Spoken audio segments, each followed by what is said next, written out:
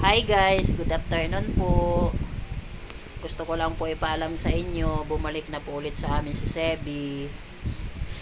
'Di ba po nung nakaraan, nag-ano ako na ibinalik ko na si Sebi sa tunay niyang mami.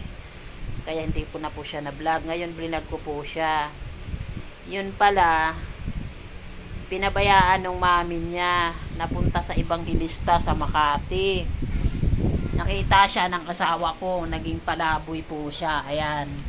Ang problema po ngayon, sabi daw ng mga tao doon, sa ibang hilista, pagdating daw doon sa may kanilang lugar, duguan daw yung mukha daw po nasagasaan ng jeep.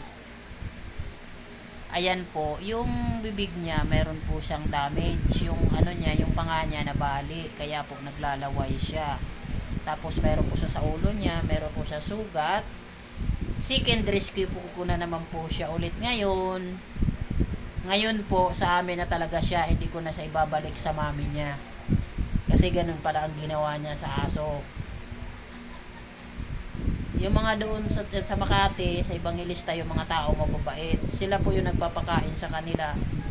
Sa kanya, yung isang babae nga po doon, kanina, nung kinukuha ko, umiiyak po siya. Kala nila ako yung may-ari. Sinabi ko naman sa kanila, seek and rescue ko po siya ngayon.